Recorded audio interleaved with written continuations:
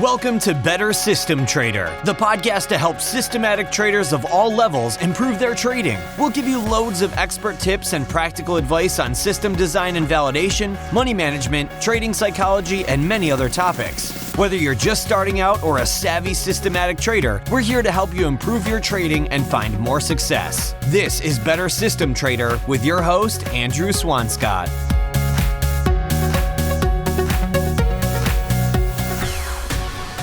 Hello and welcome to Better System Trader. This is episode number 112. Glad you could join us today where we get to chat with Stefano Serafini. I met Stefano in New York at a trading masterclass probably around 2 years ago now.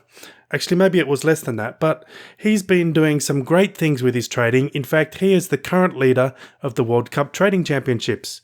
Now, sometimes in these trading competitions, you see some people rocket to the top of the leaderboard really quickly. I assume by making a few lucky and over-leveraged trades, and they usually disappear just as quick. But anyone who's been watching the competition this year would have noticed that Stefano's been really consistent so far. So we're going to talk to Stefano a little bit about his World Cup trading, but we're also going to cover a number of other trading topics, especially around intraday strategies and also portfolio construction. So in our chat today, Stefano is going to share some insights into filtering and time windows, which I think you'll find very interesting. We also discuss how he combines strategies into portfolios and how he manages a portfolio to keep it fresh and performing optimally. But before we get into the chat with Stefano today, let's hear a quick word from our sponsor.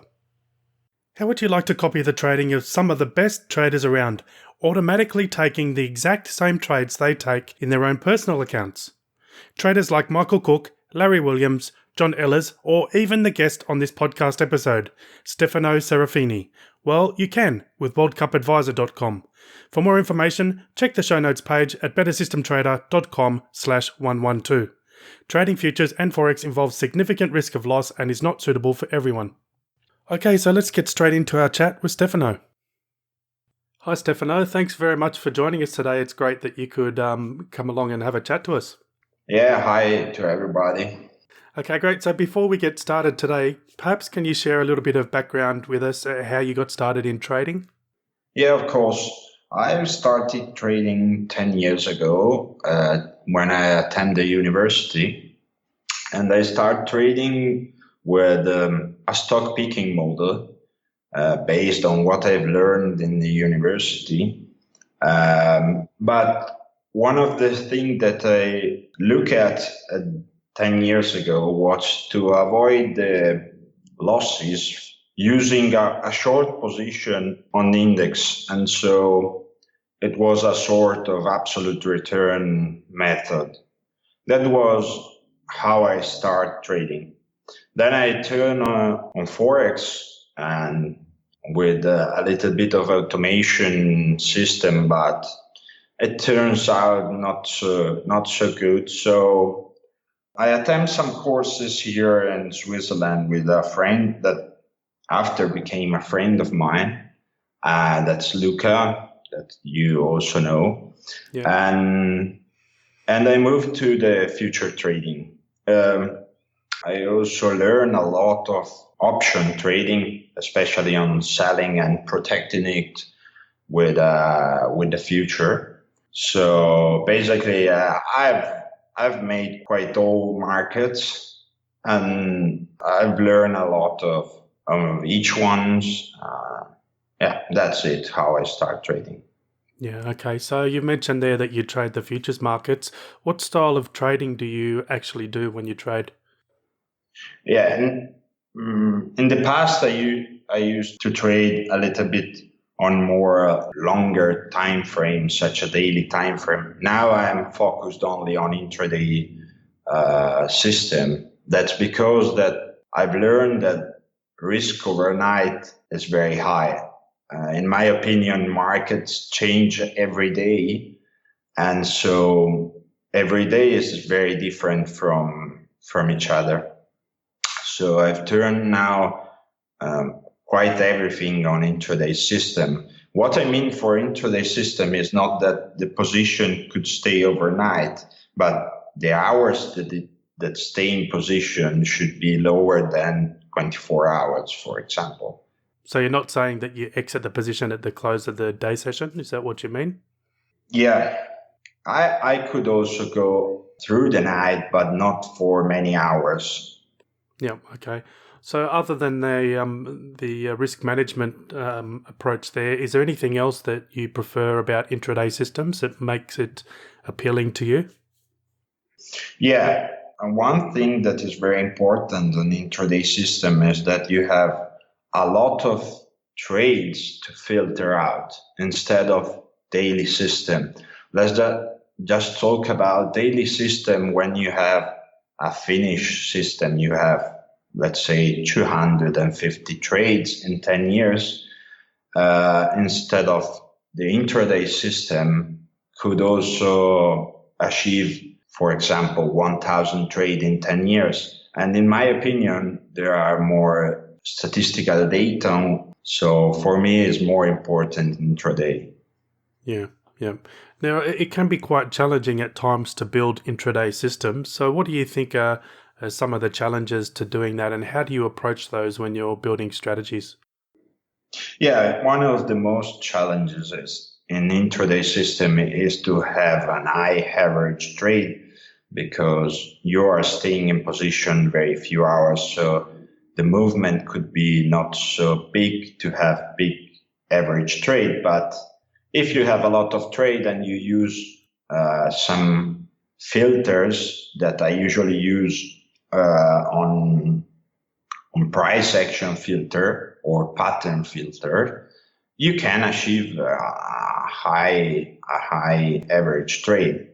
But on the other hand, intraday system usually have lower drawdowns during the 10-year backtest. So you have some challenges, but you have also some good news. Yeah. Yeah, yeah. And you've kind of just touched on this already, but what I've found when building intraday strategies is that it can be really beneficial to look at the higher timeframes, like the daily timeframes. Can you give us a little bit more information on how you actually use the filtering in these higher timeframes to get better quality intraday entries and exits? Yeah. For example, in backtesting, there are also some errors that could came out from the backtest. Let's say I've seen a lot of high of the day and low of the day instead of high of the session and low of the session, especially with exchange time. You have such problems. So what I usually do is to put another data on data 2 with a higher time frame and look at some filter based on the day, on the second data. So it's what I use. Yeah, so you're looking for price action and patterns on the higher timeframes to kind of lead you into building into the intraday. Yeah, also I look at, especially, let's say, for example, a compression level of the day before. I look at a bar that's a daily bar or a 1,440 minutes that is the same as the daily bar, but don't have problems such as settlement prices, because you sure know that the daily bar, the close is based on some commodities, for example, on the settlement price, that is a price that is not the same as the close of the day. So there are a little bit of thing to take care. Mm-hmm. And so that's what I use. Yeah, okay. And then what about entries and exits on the intraday timeframes? What type of things do you look for there? Well, I use a lot of window filter, and let me explain what I mean with window. There are some hours in the days that are better than others to trade, and there are very different hours on each market. But I usually take care on placing a trade and some specific hours, and also exiting in the same way. It's not always that I close the position at the end of the day. I could close also before the settlement price. Hours that I've seen that is very useful. But there are different exit types also. I not use trading stop because there are a lot of mistake in the platform, and so I want to avoid this mistake and in real trading. Mm-hmm. So I exit at a specific time or stop or in a take profit. Yeah. So when you're breaking down the session into window sizes, what type of window sizes do you look for? Yeah, for example, there are a lot of windows in the American night that are very useful to take or to place a trade instead of placing the trade after the cash session when it opens. So this is my way of trading, obviously. But what I've seen on the commodity is that the night and the day are very different, and there are different movements that it repeats itself for several days. So I'm looking at movements that are statistically predictable. And so I place the trade in order to take the maximum advantage from this movement. So you're not just looking at intraday systems as far as being the day session, but you're also looking at the night session as well? Yeah, there are some hours in the night that not exactly at midnight, but let's say when the Chinese market open, there are a lot of movement there that could be very useful to take. And I think that the market is divided, speaking about window, is divided in 3 windows in a day. The Chinese session, the European session, and the American session. And in each one, the different markets have different movement. So that's what I look for. Yeah, okay, that's an interesting approach to split the day into European, Asian, and US sessions. So yeah, that's a good tip there. So how do you come about, trying to find those windows? Do you just kind of is it what makes logical sense to you, or do you actually just check in the markets and you can decide from there? No. I have made some back tests and see that there are specific hours that the market goes down or that the market run ups, and I've put each hours that have the same movement in the past, and let's take the advantage from this bias that has the market. Yeah. And so I came to the logic that the market has 3 different sessions: the Asian, the European, and the American ones. Yeah. I've also seen, you're talking about volume. I've seen on some markets, there are some time windows that you could use and cut the session to show you some gaps. If you cut the session, let's say, for example, at the pit American session, you could see a lot of gaps, and you could use these gaps to trade it. Or in a refilling way or in a breakout way, but there's a lot of backtesting work. Yeah. So just a little bit more about these windows and the sessions then. So are you creating custom bars based on specific hours of the day or night, and then building strategies for those? Is that what you're saying? Yeah, I usually don't use custom session, but I use the code inside that use only the data between the window hours. That's because the stop loss and the take profit could be not seen in the backtest if you cut the session. So I used to write in the code, and let's say if time is greater than your specific hours, let's put the trade, or if it's lower than another hour, you could also put the trade or not. That's the way I'm coding it.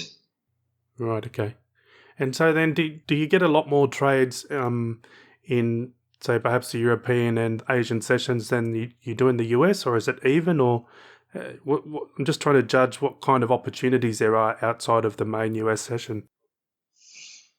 It's not all about all markets, but let's say on commodities, the Asian session, so the session that for the European times is from 2 in the night to 8, can give you some advantages. I would not say on which market, but if you look at, you will find it. Yep, okay. You don't want to give away your secrets. Yeah. No, that's fine. So a statement you made very early in our chat was that you don't like to hold positions overnight because you like to manage the risk. But now you're also saying that you do actually have windows that are outside of the US day session that you do trade. So how do you manage those if you don't like holding positions overnight? Yeah, you could. As I say before, you could have different way to trade it and different exit.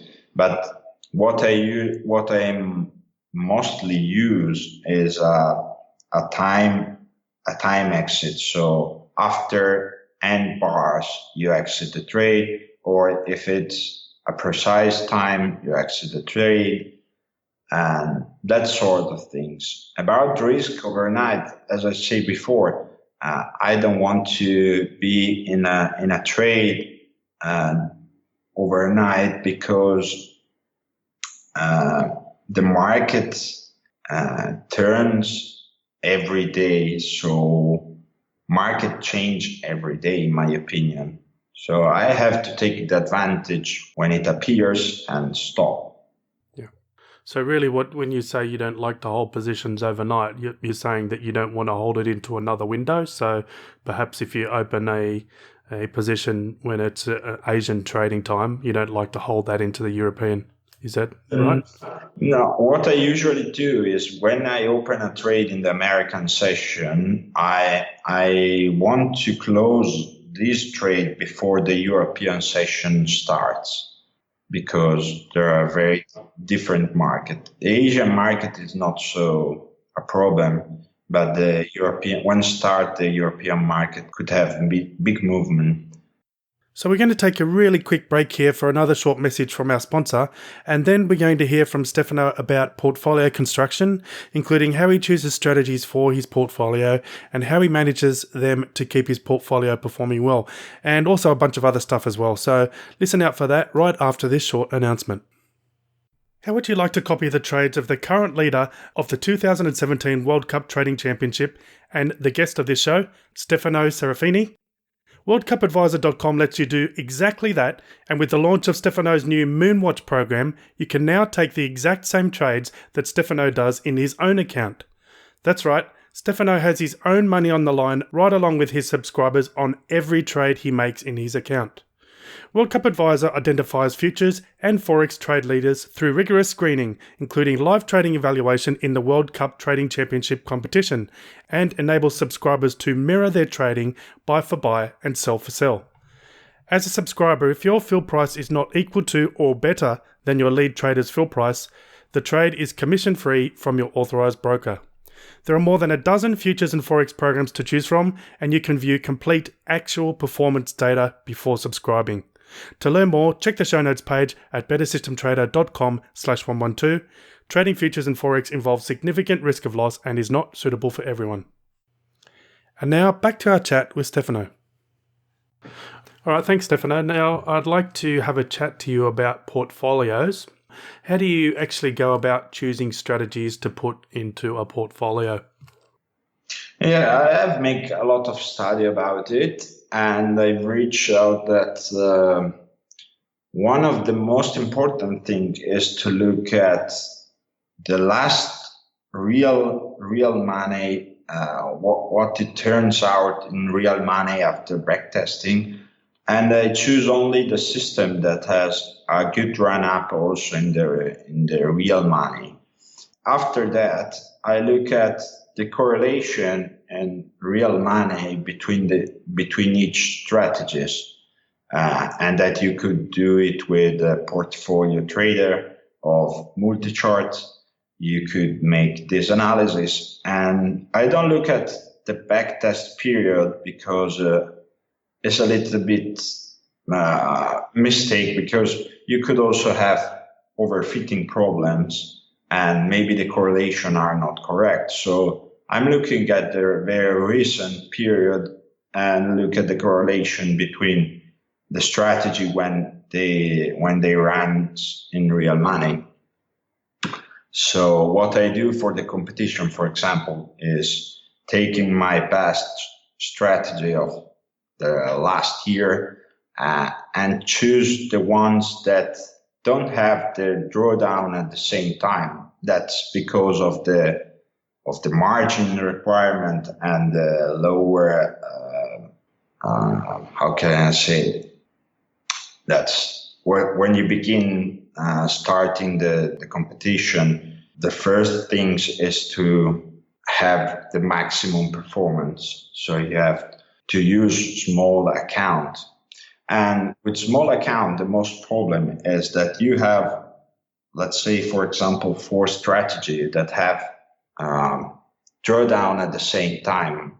You could have big problems. So my focus was to choose strategy that don't have high correlation in order to avoid simultaneously drawdown.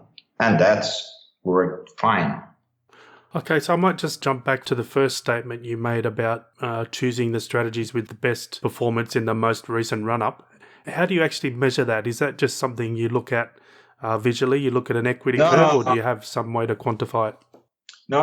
I've also tested with, I've write some tools that is a sort of trading equity lines. And I've seen that when you have a run-ups, there are sort of inertia that goes and lets the equity go very well also from this point. Vice versa, when the system goes in drawdown, they usually tend to make bigger drawdown. So I've also seen with data, it's not only a perception, let's say. So are you reassessing this portfolio at a regular time, or do you wait for strategies to start getting into drawdown and then reassess them, or how do you actually manage the turnover in the portfolio? Well, we are not talking about the competition, because in the competition I'm not touching the portfolio anymore. But in my trading, I usually choose, let's say, every 2 months the best strategy, and the ones who are in drawdown, I turn it off. And the ones they are going in run up, I usually use a money management, like a fixed ratio. So I add some contract to the ones that are going very well. That's my way to manage it. So you mentioned there that you try to manage the correlation by picking strategies that have drawdowns at different times. So you don't look at the correlation of the actual markets at all? No, let's say, for example, I have 2 strategies on gold that we are talking as the same market, and they are very decorrelated because the logic of the 2 systems are completely different.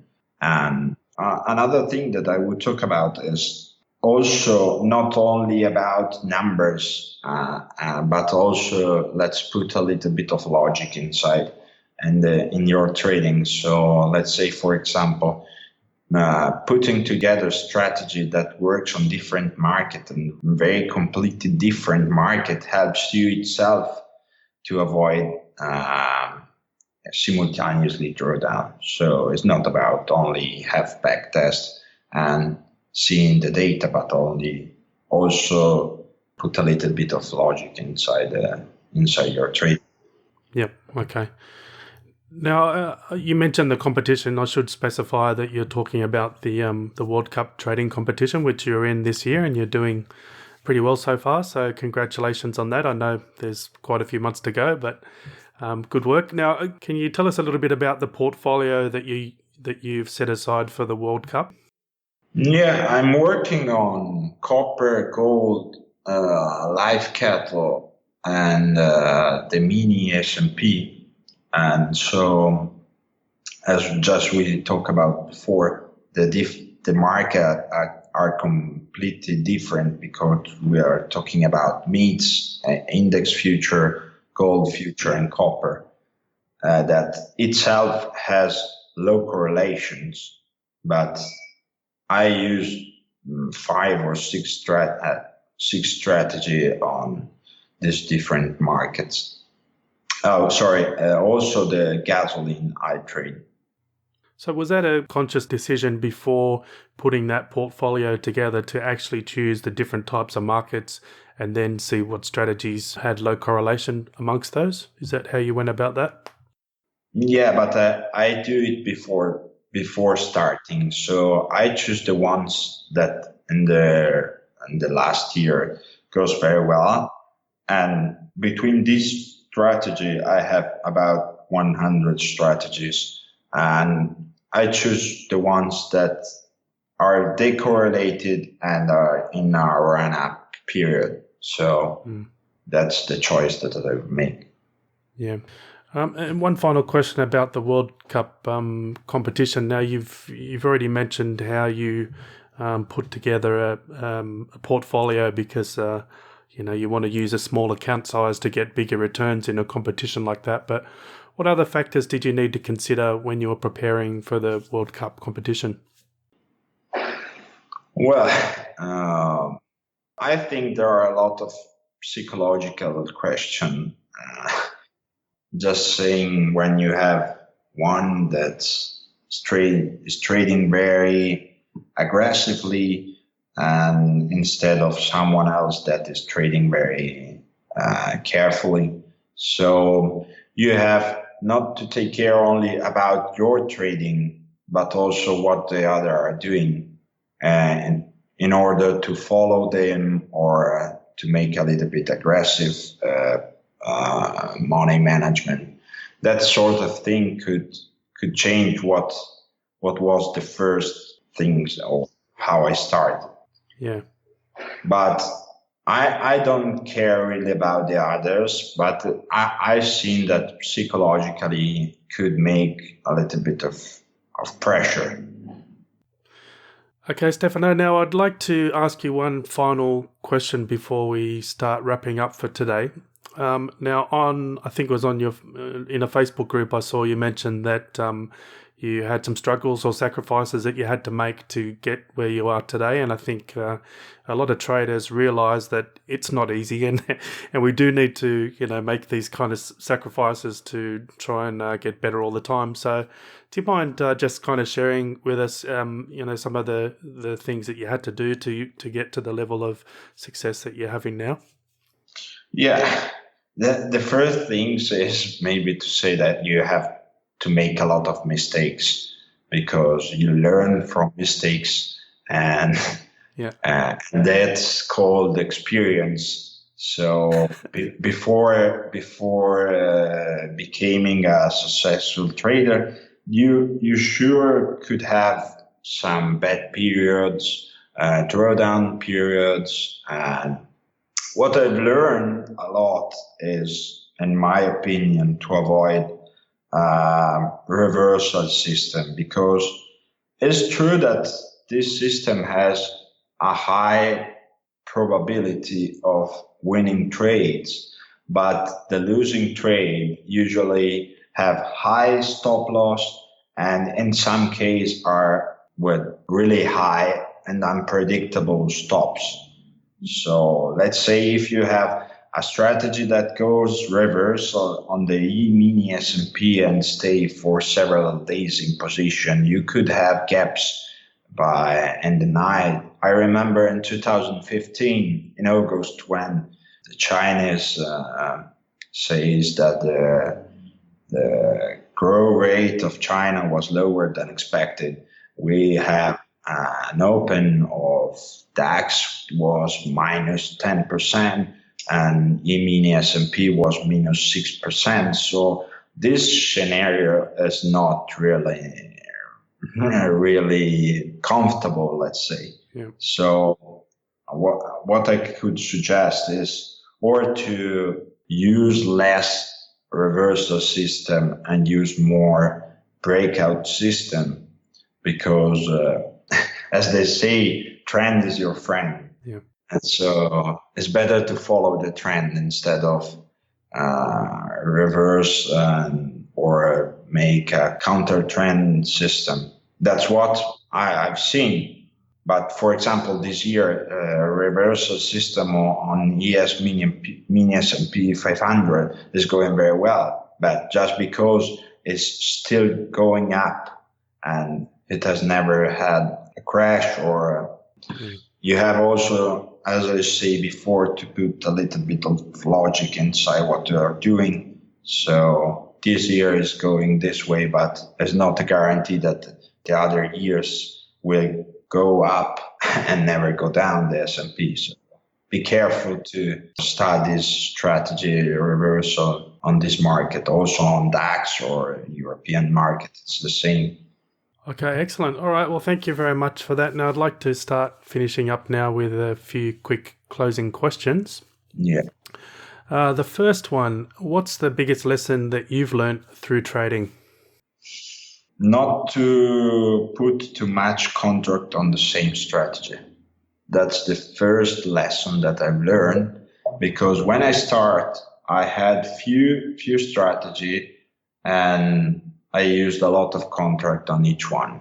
So when a strategy go in a drawdown period and it go fast, when you have a lot of contract on it, it's very dangerous, could be very dangerous. Yeah. Okay. The next one, what is the best trading advice you've ever received? Well, maybe the ones of Andrea Unger, I think are the best ones based on his pattern filters and these tools that it gives away. And that's maybe the best trading advice. But you have also to study other markets and be very curious and continue to study each market. Okay. And what about favorite trading books? Yeah, I could suggest the ones of Kevin Davey, because he's talking a lot about robustness test that we have not talked about, but are very important. For example, I use different ones from Kevin Davey.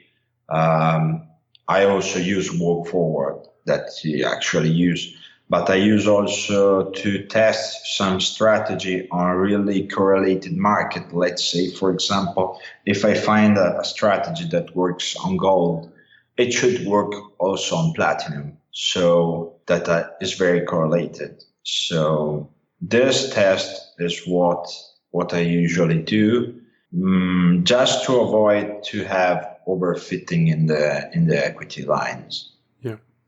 All right. Thank you very much, Stefano. So it's really been great to speak to you today. Now, is there anything else that you'd like to mention before we finish up for today? No, for me. No. Okay, excellent. Well, thank you very much again for spending time with us today. It was really good chatting to you about trading. Yeah, thank you. And good luck for the rest of the World Cup Trading Championship as well. We'll be following along and cheering for you. So thanks again and all the best. Yeah, thank you very much to everybody. All right, cheers. Thank you. Bye-bye. Okay, well, that's it for this episode. Thanks for listening. I hope you enjoyed the show. Come on over to bettersystemtrader.com. That's where you'll find all the previous episodes, all the transcribes, all the show notes, and all the free weekly trading tips. bettersystemtrader.com.